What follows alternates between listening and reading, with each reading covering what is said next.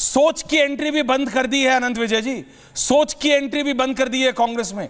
They have been hijacked by the ultra leftist, और ये मैं आपकी सोच से कह रहा हूं, they have been hijacked by the ultra leftist. Pankaj ji, जो आप जैसे जो कांग्रेसी सोच के लोग हैं ना, उनकी एंट्री फिजिकली नहीं, सोच की एंट्री भी बंद कर दी है। That's my point.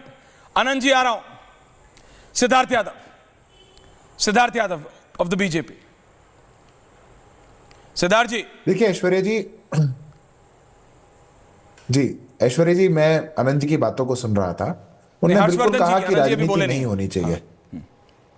उन्होंने कहा कि राजनीति नहीं होनी चाहिए, विपक्ष को भी नहीं करनी चाहिए। बहुत अच्छी बात है। दुर्भाग्यपूर्ण यह है कि राजनीति की जा रही है। जिस दिन से यह घटना हुई, बहुत सी बातें सुनी गई, बहुत अनदेखा किया इस देश ने। हमने सुना था कि कैसे सैफुद्दीन सोज, कांग्रेस पार्टी के एक बड़े नेता, जम्मू कश्मीर के पूर्व अध्यक्ष, पूर्व सांसद, उनने यहां तक आकर के कह दिया था कि अगर पाकिस्तान कह रहा है कि उन्होंने हमला नहीं किया तो हमें उनकी बात मान लेनी चाहिए। केरला कांग्रेस के हैंडल ने यहां तक कह दिया था कि कैसे संभव है कि दूर से 200 किलोमीटर कोई भारत के अंदर आ गया और हमला कर दिया। पहले ही पहलगाम की घटना के बाद हमारे देश के अंदर बैठे हुए लोग राजनीति भी कर रहे थे, और पहलगाम की घटना में जो लोग शामिल थे, पाकिस्तान जो आतंकी देश है, उनको कवर फायर भी दे रहे थे। 4 दिन हमारे ऑपरेशन सिंदूर चला, हमने अपना काम किया, प्रिसिशन के साथ अटैक्स किए। हमारी सेना ने जो तय किया था, 1 सेंटीमीटर भी राइट से लेफ्ट नहीं हुआ। जहां तय किया था हमने वहां पे उनका बम धमाका किया, हमने घर में घुस के मारा, इंटरनेशनल बॉर्डर क्रॉस किया। 4 दिन के बाद फिर राजनीति शुरू हो गई। आज कहा जा रहा है कि यह पीआर स्टंट हुआ। यह संजय राउत कह रहे हैं, इनके कर्नाटक के कोई एमएलए कह रहे हैं हमारे रफेल घूम के गए और टूर एंड ट्रैवल करके वापस आ गए। कोई इनके विजय वेट्टीवाड़ कह रहे हैं कि किसको पता वहां पे क्या किया। मल्लिकार्जुन कह रहे हैं छुटपुट घटना हुई। ये राजनीति करने के लिए किसने उकसाया आपको? ये तो सरकार से प्रश्न नहीं है, आप पूछिए सरकार से प्रश्न। पर आप देश की सेना के पराक्रम को पीआर स्टंट बता देंगे तो कहां तक बर्दाश्त किया जाएगा? देश कब तक सुनेगा और कब तक मानेगा? ये देश ने इस ऑपरेशन सिंदूर के अंदर जो एक नया नैरेटिव स्थापित किया है, आप कह दे रहे हैं कि देश की विदेश नीति वो खाली हो गई। कैसे खाली हो गई, कैसे खोखली हो गई? ऑर्गेनाइजेशन ऑफ इस्लामिक कंट्रीज हर बार भारत के खिलाफ अपनी ज्वाइंट स्टेटमेंट लाती थी। जब भी हम पाकिस्तान से संघर्ष में गए, कहां गई वो ज्वाइंट स्टेटमेंट? कोई स्टेटमेंट नहीं आई। यूएनएससी के अंदर भारत के खिलाफ हर बार दर्जनों हमारे खिलाफ जो रेजोल्यूशंस थे वो यूएनएससी के अंदर आए, 71 के युद्ध के अंदर आए। हम रशिया से कह के वीटो करवाया करते थे, कहां कोई हमारे खिलाफ आया? हमने एक नया नैरेटिव स्थापित किया कि there is zero tolerance for terrorism. हमने नया एक नैरेटिव स्थापित किया कि अगर आतंकवाद किया जाएगा उसको एक्ट ऑफ वॉर माना जाएगा और हम इंटरनेशनल बॉर्डर क्रॉस करके भी घर में मारेंगे। ये पीओके तक का संघर्ष नहीं है। इंटरनेशनल बॉर्डर क्रॉस करके भावलपुर में एयरबेस के साथ में बम मार सकते हैं। कहां आया विपक्ष? मार तो हम किराना हिल्स में भी सकते हैं। एक बार तो कहते, एक बार तो आके my problem is not that. Foreign policy पे हम बात कर सकते थे कि फॉरेन पॉलिसी पे डिस्कस करना, आपसे सवाल करना कि बताइए क्यों तुर्की ने बूट्स ऑन ग्राउंड कर दिए, वो सब ठीक है, विपक्ष करे भाई। पंकज जी पूछें, फराज किदवई साहब पूछें कि टर्की ने कैसे कर दिया, रशिया क्यों चुप रहा। देखिए वो सारे सवाल हैं, वो सारे सवाल हम आपसे पूछ सकते हैं, उसमें कोई खराबी नहीं है। My problem is Faraz Kidwai ji, जब आप और अरविंद केजरीवाल की पार्टी, यानी जब समाजवादी पार्टी और आम आदमी पार्टी तब चुप रहती है जब राहुल गांधी कहते हैं ये बताओ कि अपने कितने गिरे।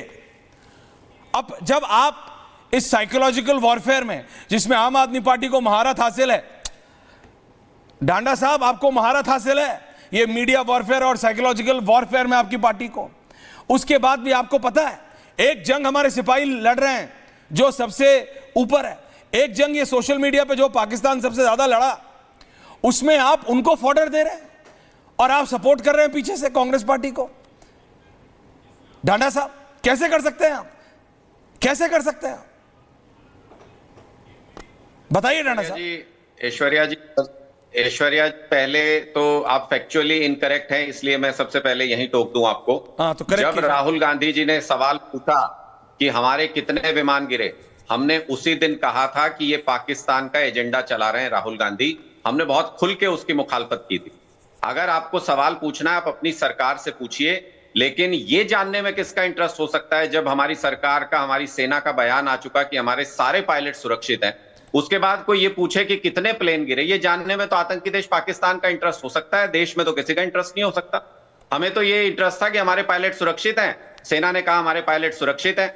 हमें तो ये इंटरेस्ट था, हमने पाकिस्तान के कितने एयरबेस तबाह किए, सेना ने बताया हमने इतने एयरबेस तबाह किए, हमने एक एक शब्द माना। और मैं आपको फिर बता दूं ऐश्वर्या जी, देश की जहां बात आती है, आम आदमी पार्टी जब 370 हटाने की बात आई, प्रधानमंत्री जी ने कहा कि इससे आतंकवाद खत्म होगा, हमने साथ दिया था संसद के अंदर। हमने कहा ठीक है हटाइए अगर इससे आतंकवाद खत्म होगा तो। अब की बार जब सर्वदलीय बैठक हुई, हमने खुल के ये कहा था कि आप जो मर्जी कार्रवाई कीजिए, आपका डिसीजन गलत हो सही हो कुछ भी हो, हम आपके साथ खड़े हैं पूरी ताकत के साथ। उस सर्वदलीय बैठक में हमें ऐश्वर्या जी ये बताया गया था कि 21 आतंकी ठिकाने चिन्हित किए गए हैं जिनको तबाह किया जाएगा। 9 आतंकी ठिकानों को तबाह किया हमारी सेना ने पूरे शौर्य के साथ, अच्छे तरीके से। मैं सिर्फ ये सवाल सरकार से पूछ रहा हूं और हमारी पार्टी भी ये सरकार से सवाल पूछ रही है कि बाकी के 12 ठिकाने तबाह होने से पहले आपने सीज फायर क्यों कबूल किया? आपने पाकिस्तान के घुटने टिकवा के उनसे वो आतंकवादी पहलगाम वाले क्यों नहीं मांगे? हमारे जितने भी लिस्ट पे आतंकी उनको कहते उनकी गर्दन पे हमारा हाथ था, हमें उनको कहना चाहिए था कि पहले वो आतंकी सारे हमारे हवाले करो, तब हम ये विराम करेंगे, तब हम सीज फायर करेंगे। ये हमारे पास इतना अच्छा मौका था ऐश्वर्या जी, दुख नहीं होता है क्या अगर हम साथ दें खुल के सरकार का, और सरकार अगर वो मौका चूक जाए तो दुख नहीं होता है क्या? देश हमारा नहीं है क्या? हम नहीं चाहते क्या कि पीओके वापस आना चाहिए, हमारे देश का हिस्सा है?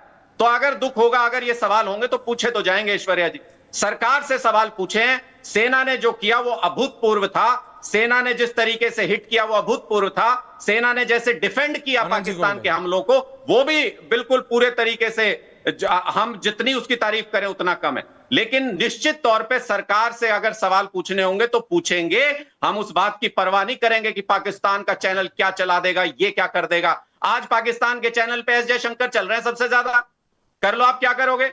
आज पाकिस्तान के चैनल के पोस्टर बॉय एस जयशंकर है। क्यों दी पूर्व सूचना? आप कहते हैं कि नहीं नहीं बाद में विदेश मंत्रालय ने सफाई दे दी। उसकी सफाई देने से क्या होता है? एस जयशंकर से ज्यादा तजुर्बा है क्या विदेश मंत्रालय के उस अधिकारी का जिसने सफाई दी? एस जयशंकर से ज्यादा समय विदेश मंत्री कोई रहा है क्या इस देश में? उनको पता है एक एक शब्द क्या बोल रहे हैं वो इंटरनेशनल प्लेटफॉर्म पे। अगर उन्होंने ये बात बोली है तो इसका मतलब हम तो ये मान के चलेंगे कि सूचना दी है। क्यों दी? ये सवाल नहीं पूछे। अगर कोई देश में इस तरह की हरकत करे सवाल ना पूछे ऐश्वर्या जी, इस पार्टी से हम देखना शुरू कर दें। पूछिए ना, पूछिए। सिद्धार्थ जवाब दे रहे हैं। आनंद जी आ रहा हूं उसके बाद, क्योंकि सरकार से सवाल पूछ रहे हैं। फराज साहब आ रहा हूं। Siddharth quick response.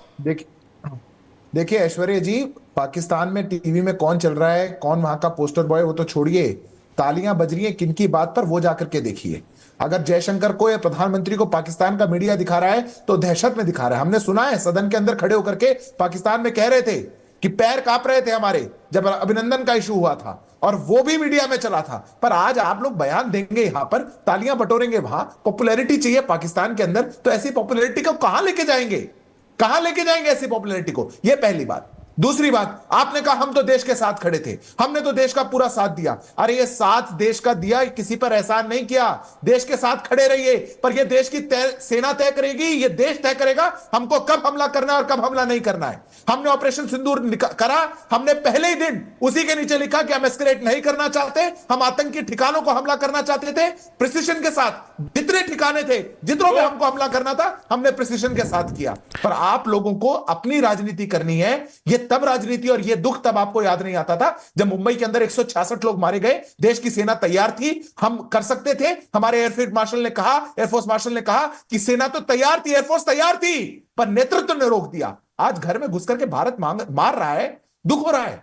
देश के प्रधानमंत्री डंके की चोट पे पाकिस्तान के बॉर्डर पे बीकानेर पे जाके खड़े होकर के डंके की चोट पे विश्व को मैसेज दे रहे हैं, दुख हो रहा है। किस बात से चिढ़ है? मैं पूछता हूं किस बात से चिढ़ है? ये कभी नहीं होता था, अप्रत्याशित है। हमने उरी के बाद हमने सर्जिकल स्ट्राइक करी, हमने एरियल स्ट्राइक करी, आज हमने इंटरनेशनल बॉर्डर घुस करके मारा। पर कांग्रेस पार्टी की, विपक्ष की ये चिढ़ बढ़ती जा रही है, बढ़ती जा रही है। कभी देश के साथ खड़े हुए तो कहिए मत, एक्चुअल में साथ खड़े हुए। Action speak louder than words. Anand Vijay ji दिखाइएगा, तब शब्दों की मर्यादा होगी, नहीं तो कोई बात नहीं। ओके सिद्धार्थ जी। आनंद विजय जी, डाना साहब आ रहा हूं। किदवई साहब बोले नहीं अभी तक। अनंत विजय जी एंड किदवई जी। आनंद दादा। मैं तो सिर्फ बहुत ये देख रहा हूं जो बात आप कह रहे हैं, लोग सारे ये कह रहे हैं कि सेना पर, मैं बहुत सम्मान करता हूं सेना का, सारा भारतीय नागरिक सम्मान करता है सेना का, लेकिन सेना तो सिविलियन के अंडर में है ना इस लोकतंत्र में। जब तक सिविलियन नेतृत्व का ऑर्डर नहीं होगा, सेना को खुली छूट देना अलग बात है, सेना के हाथ बांध देना दोनों अलग बात है। अभी सिद्धार्थ जी ने जिस घटना का जिक्र किया 2009/11 वो 26/11 की घटना का, उस समय क्यों नहीं सेना को खुली छूट दे दी गई थी? तो अगर कोई व्यक्ति राजनीति कर रहा है और राजनीति में अगर सिविलियन नेतृत्व के पास सेना को कंट्रोल करने का इस संविधान ने शक्ति दी है, तो क्यों नहीं वो बोस्ट करेगा? ये बताओ। मैं तो ये सवाल पूछना चाहता हूं। सब लोग सेना की तारीफ कर रहे हैं, अरे सेना को खुली छूट। एक जमाना था जब सेना के पास